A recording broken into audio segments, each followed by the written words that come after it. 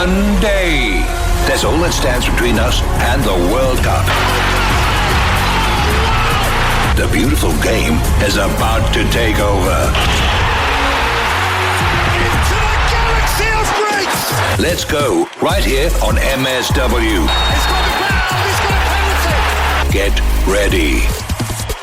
Good evening, Brother Rob, wherever you are, my brother, and let me take this opportunity from Mokopane to Mexico and wish the boys to do well tomorrow. We need a win to proceed to the next stage. We need a win to make more chances for the boys to gain more confidence, and I can assure you we will get that.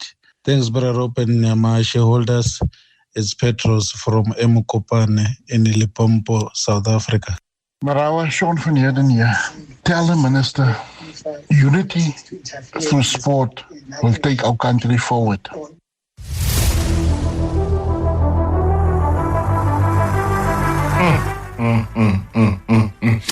Unity in sport will take you forward, hey? Nice, short, sharp, and straight to the point. I mean, what a way. Thank you very, very much indeed for those voice notes. Keep them coming through, guys. This is pretty much your final moment to send whatever the message is, whatever's bottom of your heart towards the national team of Bafana Bafana ahead of the major kickoff. We'll get to Hugo Broos in a while. And just knowing that in just a couple of hours, there will be a press conference stage for the world. So remember now, it is a FIFA World Cup. FIFA have taken over all proceedings and everything to do with what we call the tournament. And that's why the football world is kind of holding its breath right now. The colors, certainly flying high.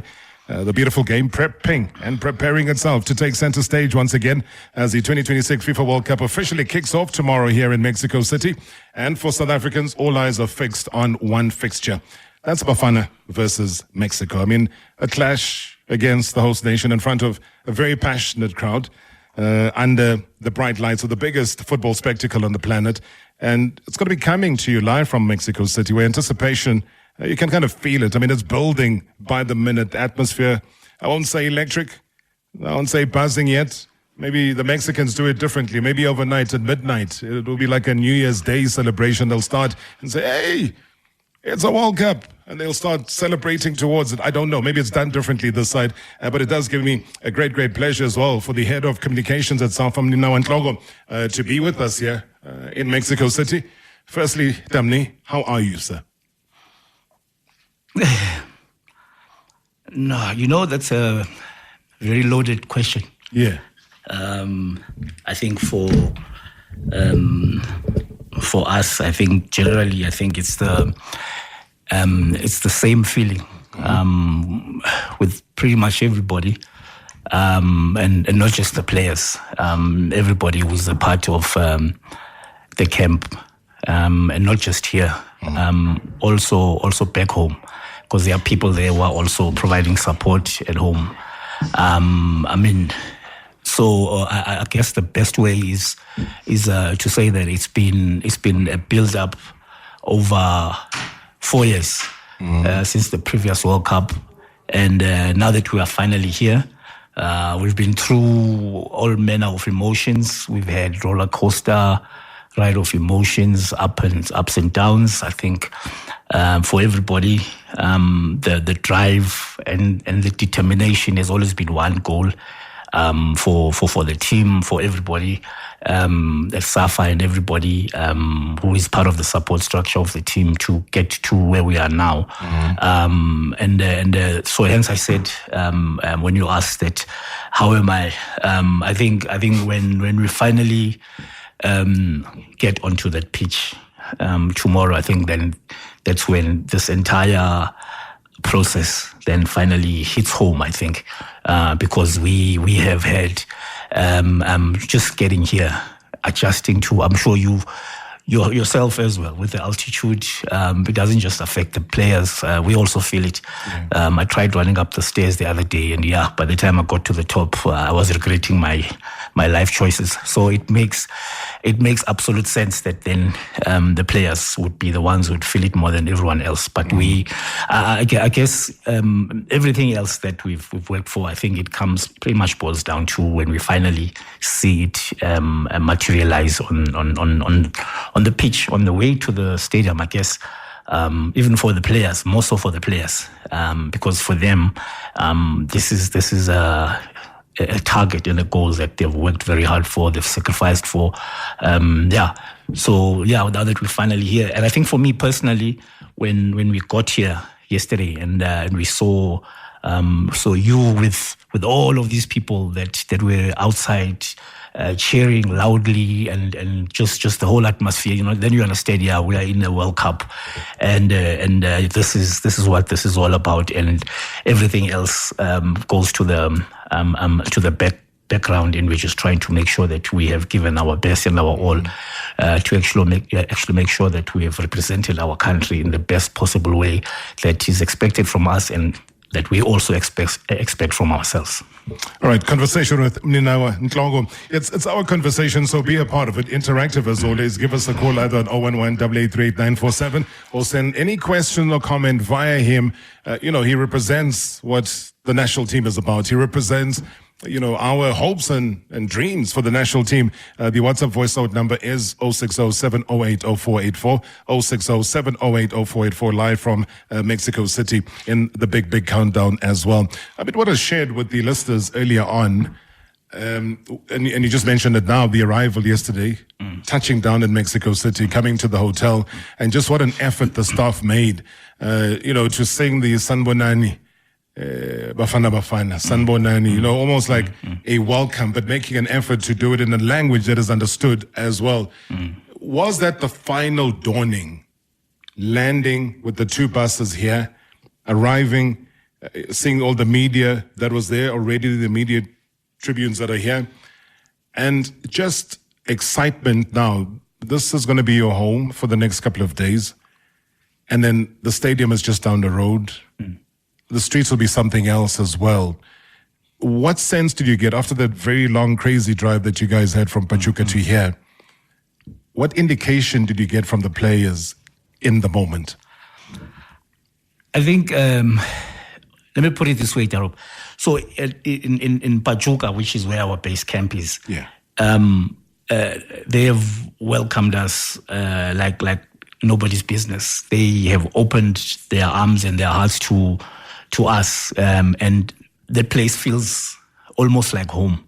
The way they've been so accommodating, and the hospitality and the reception from the public in general. They are at the hotel every day asking for autographs, asking for selfies, wanting to meet the players, wanting to meet everybody. And the location of that, of where we are staying, it's a huge, there's a museum, there's this other galleria type of place where they have all of these events. So there's quite a number of people who pass through where we are staying. So every day there is that hive of activity, and these people, they don't miss a moment to actually come and want to take a picture and so on. So we've had that feel of a home away from home, if you will. So that has been our lives for the last couple of days. Then you move here. Here it's totally different. There it's a small town by the way that they described it, because I was asking them what sort of town is this? It's a dorpy. From a South African perspective. When you compare it with Mexico City and Pachuca, is chalk and cheese. So there is laid back. There's a lot of things that we are able to do. We're actually able to go over the street and go into the mall and get some things that you feel that they are running out and so on. Sure, they will stop you for pictures, they'll stop you for this and that, but not like here. Here, I imagine you can't go to the corner shop here because that's just how crazy it is. They've got cameras and all sorts of things. But I think for the guys, when we got here, then they can see that this is what it's all about. But I think I'll take it further and I'll say when they get to training today, they will have better opinions about okay, this is what it has been about. Because Pachuca is a little bit far removed from all of the madness of this World Cup and all of these things. We have a number of Mexican journalists and a number of journalists from the US and so on and so on. They are there, but not at the crazy volume that I saw outside when we got here. And I would expect it will be tenfold when we go to first of all the press conference, and then also after the press conference we have a familiarization exercise where the players and the team will be allowed to walk onto the pitch, have a feel of the stadium for the first time, and actually just understand where we are playing so that they can get themselves into the moment. So that's the moment I'm referring to, because that for them is when they will have an opinion. Okay, this is it. We'll be here this time tomorrow. Will be this very empty stadium now. We'll have what they say is 123,000 people. I don't know. I'll see for myself tomorrow if this is indeed the case. But they claim that that place can hold 123,000 people. And a small pocket of South Africans, I must also add, because we do have a number of South Africans who are here, and any voice that they have is going to be greatly appreciated by the fans, by the players. And there are also some Mexican supporters who claim they will be supporting us. We will see. I won't hold my breath. But they claim that we'll be supporting you for whatever reasons that they have. So we'll see how it goes. But I think the idea there is for the coach to the players is to get them to be in that space, because he's constantly spoken about mentality since we've gotten here, that the mentality and that focus and that channeling of everything that they have worked for and putting everything else that will be happening in the stands behind them, because we are anticipating a passionate home support like nothing we've ever seen before, because that's what they tell us. So that will be very interesting. So I think it starts today at 4:00 when they go onto the pitch, soak in the atmosphere and the vibe of the stadium, even though it will be empty, but then get a sense of what it will be like tomorrow. That's interesting, though, because those walks on the pitch, and obviously they can't train or exercise because the state of the pitch has got to be maintained for the game. Tomorrow they'll do the pre-match warm-up, obviously on match day. There will be the opening ceremony. So all of those things are part and parcel of the program. Hugo Broos, post the game against Jamaica, did cite that he felt that the players were not at a level. He actually cast this figure of a disappointed man post that game, because there were certain things that didn't work out. But we also got to be cognizant of the fact that your 10-day travel ahead of kickoff had been messed up by one day. So it wasn't according to that plan and that program and that window that he had put out. So is it a different mood now, post that Jamaica game, that you can give us an appraisal of where the state of readiness of the players are, and maybe just include in that the state of readiness of one guy who's been injured but has been back at full training, and Aubrey Madiba? Here's how I would answer you, Darob. The coach has a huge level of expectation in terms of what he expects, not from just his players, but from every single member of the team. He's one person. You would think that he's fully focused on the technical aspects and so on and so on, and that's all he's about. But believe me, he's quite clear and focused on what every single person brings to the overall cause of the unit, and what all of these people are putting in their effort, every single day of the week that we are in camp. So he expects the same level from everybody, never mind the players. So we are all constantly aware that we have to do a lot of things the way that they're supposed to be. So if he feels that to go back to what you are saying, if he feels that the standard is dropped by 1% or 2% or whatever the case may be, he will notice. And for him, that will not be good enough. He will expect a return to what he expects, or more than what he expects to ensure that we maintain a level of consistency all the way up to when we actually get onto the pitch. So he will constantly be looking at a number of things. If he's not happy, he will say it. He'll say it, believe me, that I'm not happy. And he's not the type of person to just keep quiet and not communicate his feelings at any given point. He will say exactly what he feels and what he means. And that is exactly what he expects from everybody. So post that game, there were a number of things that he felt he needed to rectify, that he felt that every member of his playing personnel also had to rectify and so on, and that's what he's been working on in the last couple of days. And I guess the proof is in the pudding, and you'll see on Thursday, tomorrow, how much of that was translated onto the pitch, and everything that he's been working towards. Regarding Aubrey, yes, he's up and running.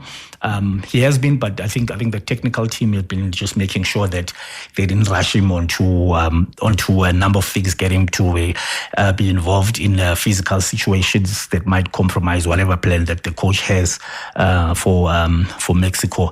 And also, it also helps for us if our cards are not played entirely in the public domain, because we are quite aware that the host nation have made some intense efforts to try and get an understanding what is happening on our side.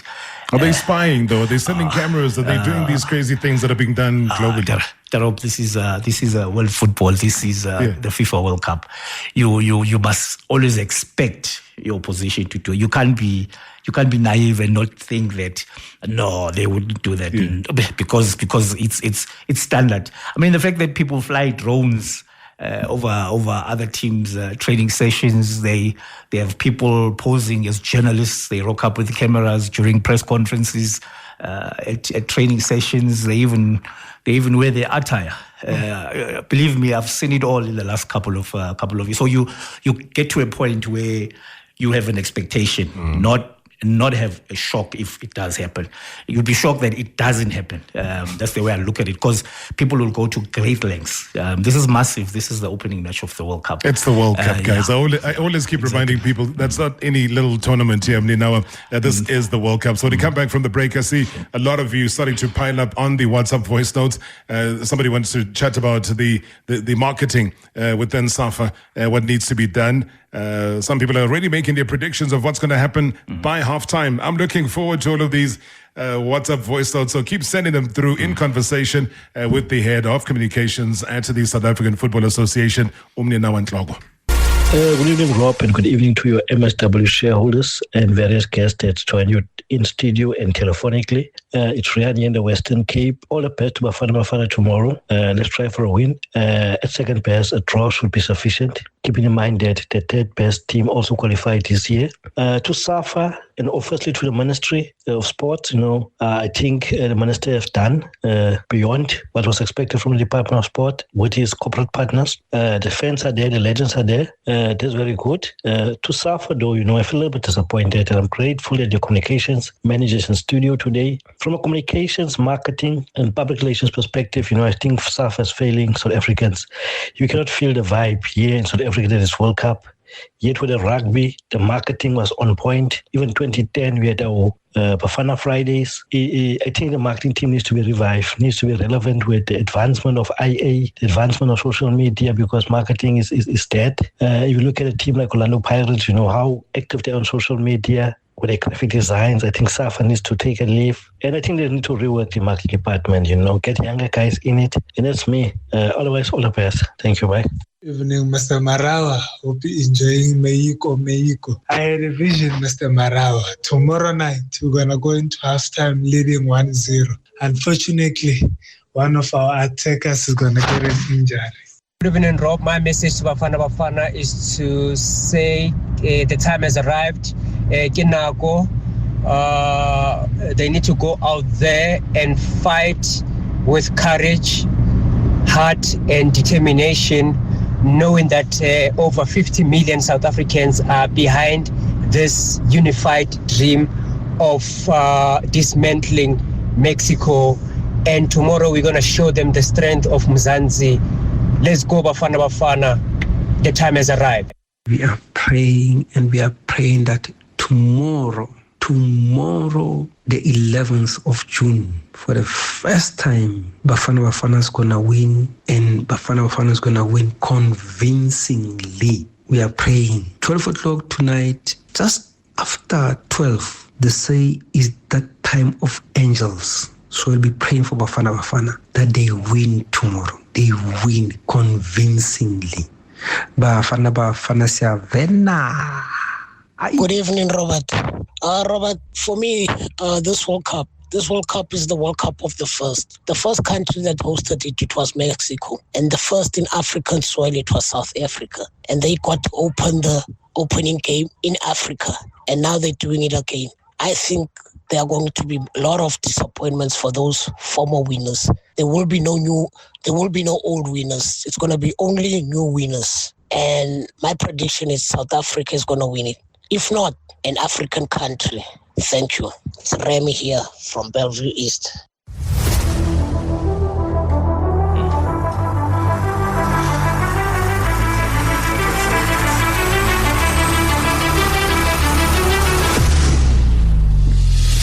An interactive show it is here on hashtag MSW Mninawa Sports Worldwide, live from Mexico City in the company of Mninawa Ntloko. He is the communications head at the South African Football Association. 060-708-0484, 060-708-0484, 011-888-947. I can tell you that the super fans are also making their way through from Pachuca to Mexico City. Good luck to them in that traffic. They're going to need all the luck you can muster. Well, we heard the voice notes. Let me quickly get to the one that was talking and lamenting here, Mninawa, about the marketing aspect and saying that it needs to create a vibe, saying that it's kind of muted at the moment. How do you respond to that? I'll say, Darob, it depends where, because the caller was talking about social media, and it depends on where he is looking when he says social media, because we have daily content that is being shared, whether it's video, whether it is a press release, whether it is photographs, whether it is anything that we have coming from the camp, and that is shared on Twitter. On the Twitter accounts, I still refuse to call it X. Join me as well. So that is shared on Bafana accounts as well as the SAFA accounts, and the same applies to your Instagram, the same applies to your TikTok as well as Facebook, and a number of other related platforms, which is where all of these things are communicated on the ground so that people can keep up to speed in terms of what is going on in camp. And also he spoke about Bafana Fridays, which was launched last month already, and which is up and running, and all of the graphics related to that are constantly shared, and I saw them. I saw the ones that were shared while we were on the way here, and the ones that I also shared myself. So it's they're always there. They're up and running, related to Bafana. Yeah. So all of those things are there, up and running, and there hasn't been a single day where we have not had a sharing of the teams either in gym, or whether they are in the actual training itself, or they are just going about their business. And all of these things, they are there. There's no single day that we haven't had them up and running on these platforms. Yeah. All right, I think that was one of them. And then just dealing with one or two other of those voice notes, just so that we can give everybody that opportunity to say it. Somebody said that South Africa will be leading by halftime. This game will be hot, and the time has arrived for Bafana Kinako. But I mean, talking about the vibe, and I've been pretty honest with the shareholders, all the listeners of the show. I even saluted South Africans yesterday, and I said, you've done in 2010, maybe you outdid yourselves because you brought that World Cup to life. Whether it was Philip is coming, whether it was the visibility of the World Cup, the excitement of a World Cup. I haven't seen that. I know that there's a World Cup here. And at times I wonder if Mexicans know that there is a World Cup that is here, comparatively to what was happening in South Africa in 2010. How would you rate it? That is an interesting question, Darob, because I was reading something similar that is apparently being said by the the Canadians. Yes. And I haven't been to Canada in the build-up to this World Cup. We have been frequently going to the US for a number of these FIFA engagements. But I haven't seen what is going on in Canada. I just rely on what they have been writing about their country and sharing in the public domain. And they were complaining that a lot of them weren't even aware that they are part of hosting the World Cup, and I found it quite shocking. And I think you have a point. I think as far as the hosts, because I was saying maybe, and that was my thinking when we got here, that maybe because we went directly to Pachuca and we didn't go via Mexico City, and Pachuca, when you don't have that similar environment you're talking about that we saw during 2010 when we were hosts, you don't have that. So, but I was just thinking out aloud that maybe it's because they don't actually have a World Cup match to play there, and it is our base camp. Maybe they are a little bit removed. So I'm hoping to see what's happening here in Mexico City, because we haven't had a chance to actually go around and see what is going on. But the people that we meet in the streets and so on, a lot of them life is their daily lives, and they just continue and get on with it. So it will be quite interesting when we go to the stadium for the first time, just to see what is around here. So you have been here a little bit longer than us this side. Maybe you will have better insight into what sort of vibe is happening here in Mexico City. Yeah, like I said, it is pretty mute, and I stick to that. I do hope, though, that it does awaken tomorrow as we build up to the final itself, because if there's one thing, there's traffic. The traffic is not about the World Cup. The traffic is about daily life. There is a pointed voice note about a training within Bafana Bafana. So let's play that and maybe get your comment, Mninawa. Hi Rob, this is Tomiati from Denver. Greetings to you and greetings to Mninawa. Rob, I want to find out from Mninawa, their social media reports, man. They're saying Bafana training disrupted and stuff like that. How far true is that? You and Mninawa are the sources that I trust going into this World Cup. Thanks, Rob. I'll listen on the radio. All right, so Tom Nyati, thank you so much indeed. He's saying that there were reports on social media saying that Bafana's training was interrupted. Huh? No. This is the first I hear of it. No. I can state that there's never been. I've been at every single training session that we've had since we assembled in Joburg last month, and not a single training session in South Africa and here in Mexico has ever been disrupted. But what I can add, Darob, there have been quite a bit of fake news that we have observed, that the lady who is assigned to us, she's the team TLO, so she's assigned to us by FIFA. And she has been showing us some of the fake news that is being peddled by people here and outside of here in the US.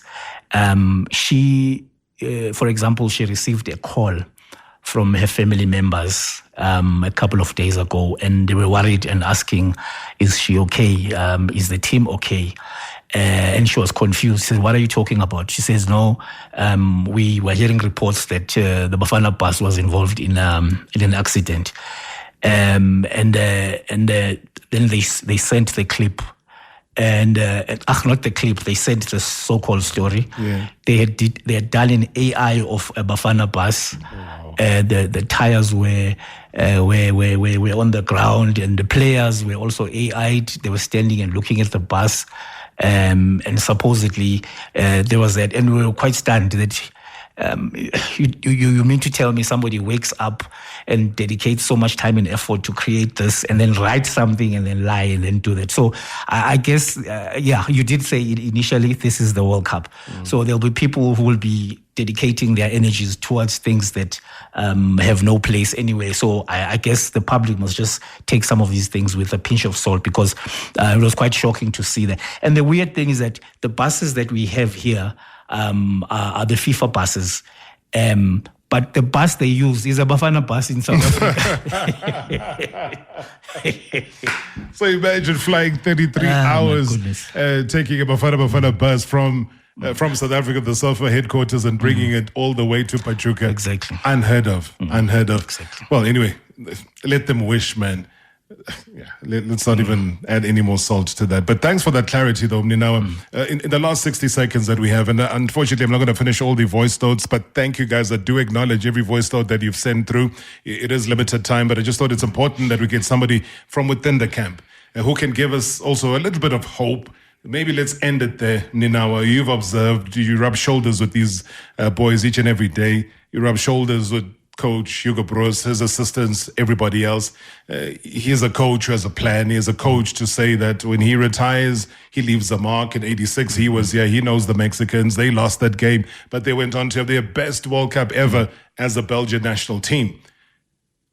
How, in Mninawa's mind, never mind your role as a football fan, as a supporter, in 60 seconds, tomorrow? As a South African, as a football fan, true and true, we are ready. From my own personal experience, from my own personal interactions with every single person within the camp, every single person who is not in the camp but is part of everything that is designed to ensure that we work through everything that is towards the goal, which is this team. We are ready for the tournament. Sure, we have butterflies.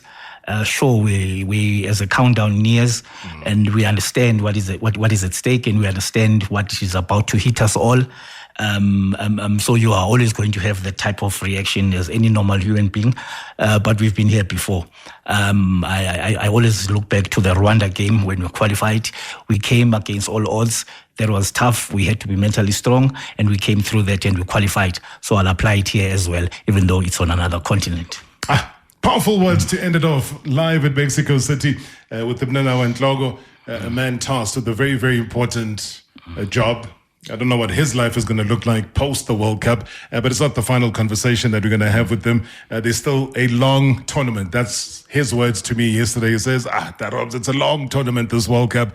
We'll figure it out. And yeah, figure it out we will. But the news, we will give it to you unfiltered, firsthand, no manga mgosi or anything like that. It's not an AI show. This is real life. So Mninawa, I appreciate you, sir. Thank you so much indeed, and good luck to Bafana. Thanks to you as well for listening in to yet another edition of #MSW Marawa Sports Worldwide, just after the top of the hour. Proudly brought to you by Hollywood Bets. The thrill, the drama, the action. Play the game here. Mninawa Sports Worldwide on 947, Vuma FM and Rise FM. Powered by Hollywood Bets. #MSW. Live now on 947, Vuma FM, Rise FM, and Soweto Live. At the same time. #MSW.